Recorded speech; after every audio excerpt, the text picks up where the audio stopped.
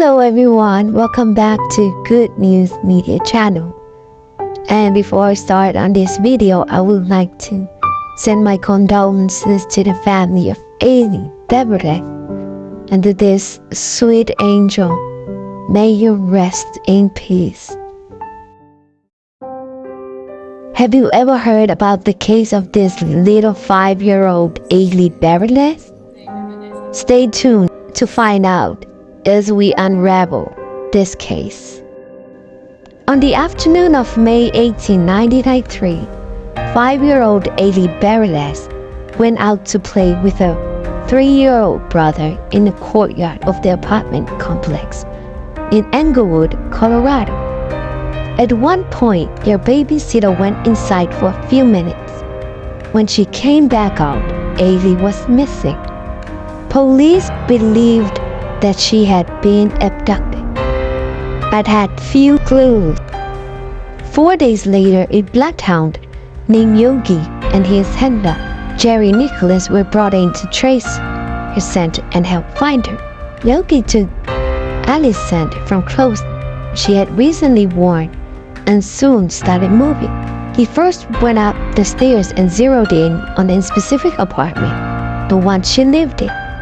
This meant that he was on the right track. He then led Jerry out of the apartment complex and down the street. Reporters followed close behind, but he wasn't bothered. And while they walked, Jerry noticed that Yogi was picking up the scent more sporadically. This meant to him that ALIE had most likely been taken into a car and driven along that route.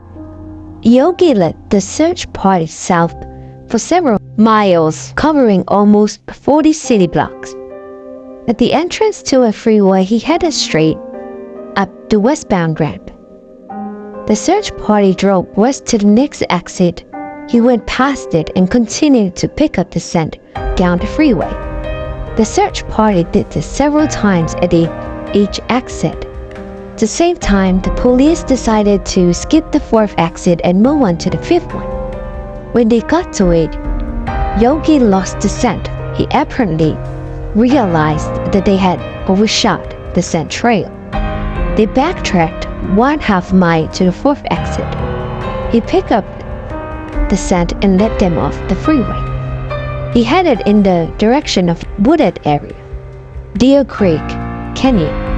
After 7 hours, Jerry realized that Yogi was overworking himself.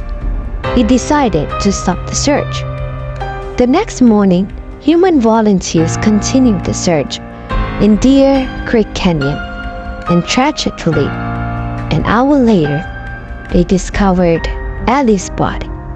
She had been stuffed into a khaki duffel bag and tossed off a 20-foot embankment. She was found less than 2 miles from the point where Yogi was stopped. Without him, her body may have never been found. But sadly, the bloodhound locates ALIE's body, but her killer has never been identified. ALIE's murder was solved 18 years later. The killer was the neighbor, Nick Stouffer. His DNA samples matched those found on ALIE's remains. Stouffer died in 2001, and this case has been closed. For ALIE's family, the news was welcome but bittersweet. ALIE's mother and brothers could not bring themselves to talk about it Tuesday, fighting tears at times, and her grandfather, who was granted every interview request over all those years in hopes it would lead to a break in this case, grew emotional talking about the frustration of never being able to confront Stouffer. If Nick Stouffer had not died, he said, "Today I would be requesting to talk to him, confront him, and just put him on the spot and ask him questions like, why did you do it? Why did you have to do that to our granddaughter? Why did you have to kill her?